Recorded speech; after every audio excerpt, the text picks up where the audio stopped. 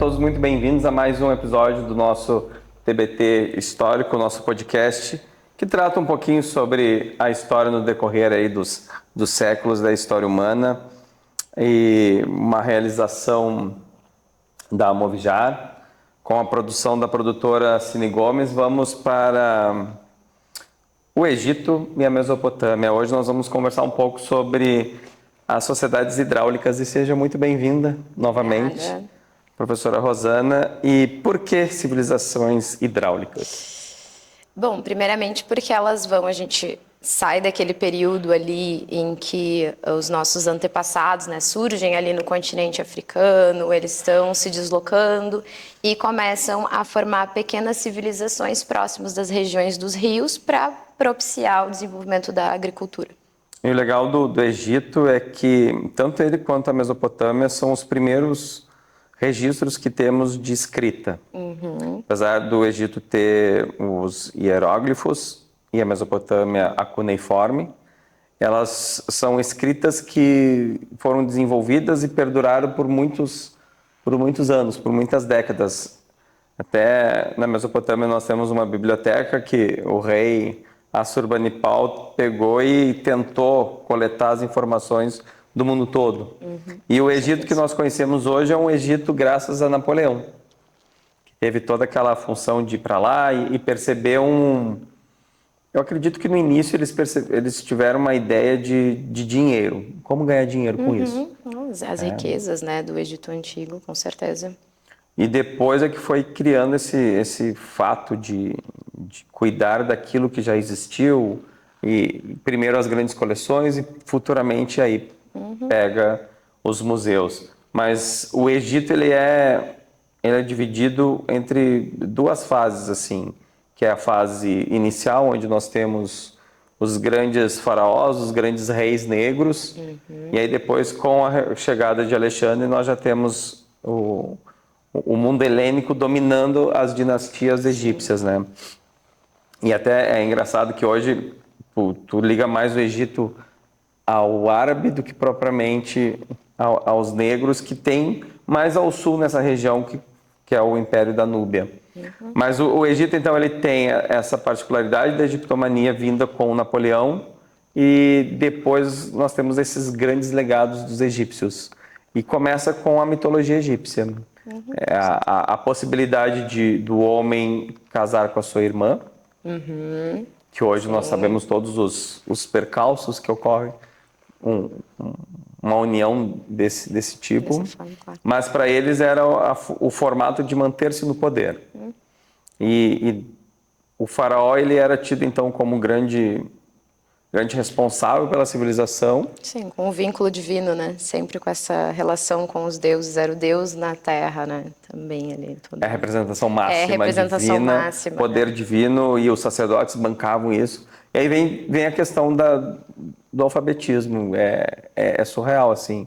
Como os sacerdotes e as famílias reais eram os únicos que sabiam ler e escrever, isso faz com que fique mais fácil a manipulação da população para seguir aqueles que sabem ler e escrever, e isso foi Império Romano, cristianismo, Europa e assim por diante. Tem até técnicas de educação que surgem ali no período do Egito Antigo também, a educação era muito, se tem uma ideia de uma educação, até eles ficavam embaixo das árvores estudando, e era uma educação por repetição. Eles faziam, claro, nobres, obviamente, né, que tinham acesso a essa educação, que era dada pelos escribas, que era essas pessoas responsáveis aí por toda essa questão da escrita também, né, de escrever também coisas públicas. E essa educação ela era dada de uma forma que eles ficavam sentados abaixo de uma árvore, todo mundo lendo em voz alta o mesmo texto, e de repetidas e repetidas vezes, muito uma educação de reproduzir também aquilo dali, né, que estava nos textos, né, sagrados para eles. O sacerdote ele vai ter o poder de mostrar através dos seus escribas aquilo que era a religião e a história nos grandes templos egípcios. E o sacerdote chega a ter tanto poder que teve um período que foi um sacerdote que assumiu como faraó, por tão forte essa ligação dele com o poder e com os demais dentro da sociedade egípcia. E o Nilo é que vai fomentar tudo isso, por isso do hidráulico. É graças ao Nilo que nós temos com abaixo dele a plantação e a colheita, e aí vem o trigo, que é um capítulo à parte, e depois com a cheia do Nilo vem as grandes obras. E vindo as grandes obras públicas, e como a construção civil é uma questão que se reproduz no passar dos tempos, que é o que mais emprega, que é o que mais, vamos dizer assim, tira a população de problemas financeiros gravíssimos, e isso podemos trazer para o século XXI. Dentro dessa normativa do construir obras públicas, o bom egípcio, aí entra a religião, o livro dos mortos dos egípcios, o bom egípcio é aquele que, com a cheia, vai trabalhar nas grandes obras públicas. E aí nós temos o período do cativeiro dos hebreus, que é retratado pelos hebreus. Sim, somos aqueles que foram escravizados pelos maléficos egípcios. Até viveram um momento ali anterior que a gente tem uma invasão dos Ixos ali também no Egito Antigo. Então os hebreus ainda conseguem viver sem... posteriormente, né, que retoma-se essa questão do Egito sendo governado por aquele povo egípcio e daí, de fato, né, escraviza ali quando tu tem um povo os hebreus. Que tu recebe... Imagina assim, eu sou egípcio, eu recebi um povo que estava passando dificuldade. Eles, como gratidão, te traem, colocam outro povo, matam sua família, seu povo, e aí quando tu retoma, tu vai fazer o que com eles? Tu não vai matá-los, porque tu vai perder uma mão de obra. Claro, com certeza porque a gente fortíssima para construir as pirâmides, por exemplo. E a gente tem toda uma questão de uma escravidão na antiguidade, né? Que era sempre essa questão de uma escravidão por um povo que dominamos, né? Por um povo que conquistamos. Então, E a religião egípcia, ela pauta muitas questões, que é a questão dos irmãos, né? A mitologia básica ali, a tríade. Eu sempre falo que a religião antiga ela é sempre pautada na tríade. Então, nós temos o Osíris, a Ísis e o Néftis. Claro que a outra, eles têm mais uma irmã, que é a que vira a esposa do Néftis. Mas é esse triângulo que pauta o início da religião egípcia. E aí Osíris, depois de ter sido esquartejado pelo irmão. Repartido em vários pedaços, ela se transforma foi a sua esposa que une ele. E ele vira o primeiro deus ali do mundo dos mortos, ele que vai controlar toda aquela função. E até mesmo após a morte, o egípcio ele precisa passar pelas provações do deus Osíris. E aí que vem a questão de criar grandes templos como as pirâmides. Que até hoje é o único... Não é a muralha da China, eu já ia dizer. Não, as pirâmides são os únicos do período antigo que ainda sobrevivem. Dessas 7 maravilhas. E as pirâmides são as únicas vistas pelo espaço. As pirâmides, elas eram esses túmulos, né, dos faraós, e só quem podia acessar elas, inclusive, eram os nobres, a família do faraó, né, as pessoas comuns não poderiam ir conhecer, e sempre a questão que se contava também toda a história deles, as riquezas dele também ali, porque ele precisaria disso, né, nessa vida após a morte aí, que eles acreditavam. Claro, tinha também, né, dentro da mitologia, essa questão do julgamento que o faraó passaria, para ver se ele foi um bom faraó ou não, né, com o coração na balança, se o coração ali era mais leve que uma pena, então representava, né, que ele teria sido ali um bom faraó, então ele poderia ter essa vida, né, de fato aí tranquila, né, enfim, após a morte, aproveitando as suas coisas que ele teve. E se ele passasse por essa provação, ele iria enfrentar todos os desafios que Osíris enfrentou, e é por isso que eles, junto com essa grande pirâmide, eles enterravam um exército, enterravam os sacerdotes, tanto que quem selava tinha que cometer o suicídio, porque não poderia contar onde ficou realmente o sarcófago do faraó. E depois de um período percebendo que isso custa vida, custa dinheiro para o faraó, eles então começaram a criar estátuas para representar um número X de soldados para tal situação. E com essa questão do faraó e também de Osíris é que veio a medicina com as múmias.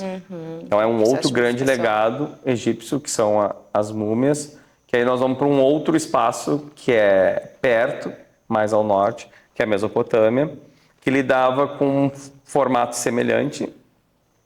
Era politeísta, mas era uma monarquia um pouco diferente. E lá nasceu uma das primeiras grandes regras, leis dentro de uma sociedade que é o Código de Hammurabi, na Mesopotâmia. Um olho por olho, dente por dente. Que não era bem olho por olho, dente por dente. Era né? de acordo com... Era de acordo com a classe é, social, né? Se tu era um nobre, sim, olho por olho, dente por dente. Mas se tu era um nobre que tinha machucado um escravizado, então tu pagaria uma dívida para, enfim, para a quem pertencia esse escravizado, né? Se fosse uma pessoa que era um artesão, enfim, não, tu também, né, pagaria uma quantidade para essa pessoa, mas não era o olho por olho, dente por dente, não, de fato. Não mesmo. E temos o Código de Hammurabi, temos uma história lindíssima de amor, que é a construção do Jardim Suspenso da Babilônia, através do Nabucodonosor, que ele reúne, então, para trazer um pouco da vida que foi criada a sua rainha, traz engenheiros de todo mundo para construir algo que perdurou por muito tempo e trouxe uma tecnologia de levar a água para andares superiores, onde não tinha energia elétrica, onde não tinha motores, e era tudo por roldanas e física. Muito se fala, né, que esse momento é muito uma revolução cultural, né, porque a quantidade de cultura que se produz, de instrumentos que seriam usados na vida do dia a dia também, né, e das grandes obras públicas também, né, é gritante a quantidade de coisas que a gente tem sendo desenvolvida nesse momento. A Babilônia, perdão, a Mesopotâmia, a gente tem a roda também, né? A gente tem ali a questão do calendário também, que vai influenciar nós, né, até hoje. A cerveja também, a gente tem, né, os indícios lá daquele momento também na Mesopotâmia. E a própria Mesopotâmia, ela é, com o passar do tempo, vem os acádios, depois vem os babilônicos, vem os neobabilônicos, vem a questão dos persas, depois vem Alexandre o Grande, e esse conjunto de várias culturas é que também vai fazer com que a biblioteca de Nínive seja criada, porque a ideia deles também era de tanto conhecimento, mantê-los ao poder, claro, do rei, dos nobres, Claro, dos dos sacerdotes, mas é manter a história do mundo em um único espaço. Começa a se ter, então, a ideia de bibliotecas e tentar enfrentar os ladrões, porque ladrão existe há muito tempo. Sim, né? claro. Então, é por aí.